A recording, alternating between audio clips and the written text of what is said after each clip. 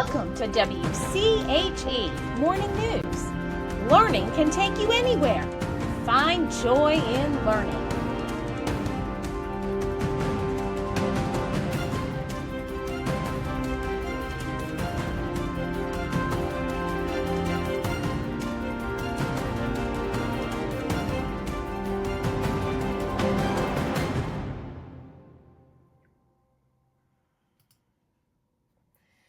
Monday, November 24th, 2025, coming up, Pledge of Allegiance, National Day, Joke of the Day, a 2050 moment, reminder, lunch menu, learner's creed, and quote.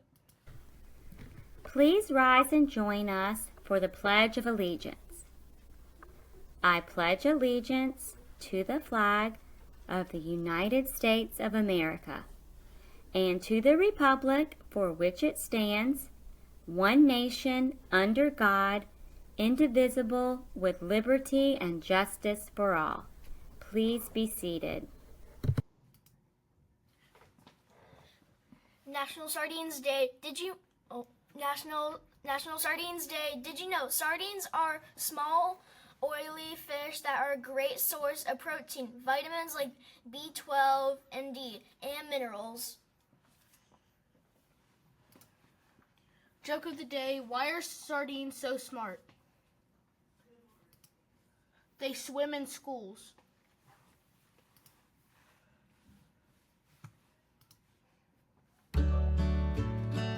The year was 1620, and a boat of people calling themselves separatists, more famously today called the Pilgrims, landed in present-day Massachusetts. It's a story we think we all know by heart, but it may surprise you to know that your repertoire of knowledge is missing a few key details, like the fact that less than half the people on the Mayflower were actually pilgrims, or that religious freedom wasn't their only motivation for sailing to the New World. Nevertheless, their journey, and subsequent writing of the famous Mayflower Compact, has staked a major spot in American history. Their story is one of hardship and preservation, ideals that inspired countless other early settlers and left a significant mark on the minds of the American people.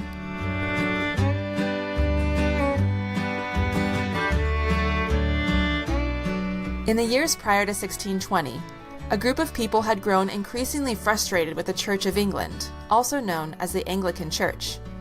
These people, who began to call themselves separatists because they wanted to separate from the Anglican Church to worship in their own way, began to face religious persecution in England. They tried to worship in secret, but that was no way to live. I know what you're thinking. This is when the Pilgrims came to America. Not quite. Actually, they fled to the Netherlands, hoping to establish a new life there. They settled in Leiden, Holland for several years, but still weren't happy. Their main goal was to establish a home where they could live their lives as Englishmen and worship their religion in their own way. They weren't interested in assimilating to Dutch life. Their children were starting to speak Dutch and abandon their English way of life. The separatists wanted to have a home of their own. Across the Atlantic Ocean, the New World was just what the Pilgrims were looking for. Arranging the trip wasn't easy, but on September 6, 1620, a boat called the Mayflower set sail from Plymouth, England with 102 passengers who were looking to start a new life. Only about 40 of them were pilgrims. 66 days later, they spotted land in present-day Cape Cod, Massachusetts, and while that is where they eventually set up Plymouth Colony, it isn't where they intended to sail. Originally, they had signed a contract with the famous Virginia Company to settle north of Jamestown and possibly near the Hudson River. Treacherous storms and seas made the journey south too difficult, so they turned back and went ashore near Cape Cod. Plan A, a settlement near the Hudson River under the control of the Virginia Company, had failed, and Plan B, a settlement in Massachusetts, was about to face its first test. Passengers on the Mayflower began to argue amongst themselves about how their new settlement would be governed. They had expected to follow the rules of the Virginia Company, but that ship had sailed, and the passengers had questions. What were the laws? Who was in charge? How would decisions be made? Thanks to the journal of William Bradford, a Pilgrim leader on board the Mayflower who would later become a governor of Plymouth Colony, we know that 41 adult male colonists signed a famous document known as the Mayflower Compact on November 11, 1620. They vowed to, solemnly and mutually, in the presence of God and one another, covenant and combine ourselves together into a civil body politic. Essentially, they promised to remain loyal to King James of England, uphold their Christian faith, and work together to create a self-governing society. This means that the adult men agreed to elect their own leaders to govern the colony. It didn't mean they were declaring their independence from England. That wouldn't happen for another 156 years. After signing the Mayflower Compact, they promptly elected John Carver to be governor of their new colony. The entirety of the Mayflower Compact was short, only about 200 words long, but it had a profound impact on history. It established self-government for the English in Plymouth colony, and was a stepping stone to the democratic government that would later be formed in America.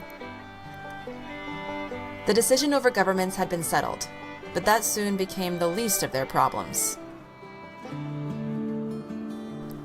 The Pilgrims had arrived in New England in November, and winter would not be kind. Without a reliable food source in the winter months, of the 102 passengers of the Mayflower, only about 50 survived past that first winter. When spring arrived, so did a renewed hope for survival thanks to the kindness of members of the Wampanoag tribe. A man named Squanto taught the Pilgrims how to grow new crops. The tribal chief Massasoit signed a treaty with the Pilgrims. In exchange for food and help, the Pilgrims agreed to defend the tribe against their enemies. In the fall of 1621, the English and Wampanoag tribe came together to celebrate a traditional harvest festival. In 1863, President Lincoln would commemorate the time of gratitude and camaraderie by establishing a national holiday called Thanksgiving.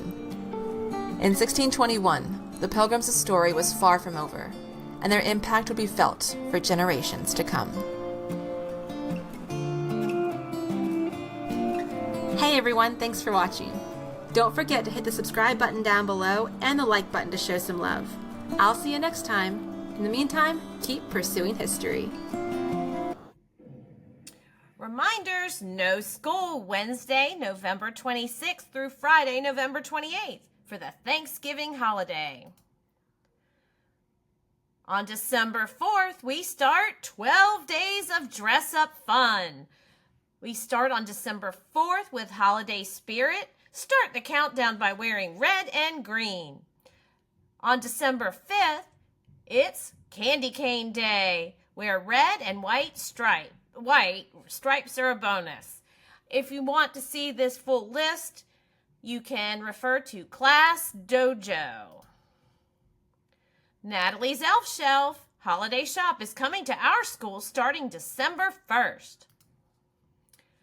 Book Fair gift cards. Families can purchase gift cards now for students to shop during the fair. Again, refer to Class Dojo for the links. Yearbooks are on sale. The early bird price is $15 until December 19th. After that, the price increases to $20. Reminder to students reading our November book club pick, Wish. Please return your books as soon as you finish because we have friends waiting to read the novel. We will celebrate on Monday, December 1st in the library. Please return permission slips to Miss Jen.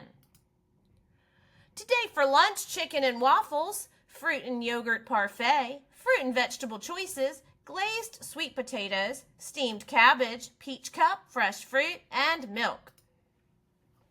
Let's recite our student creed. Today I am my best and nothing less.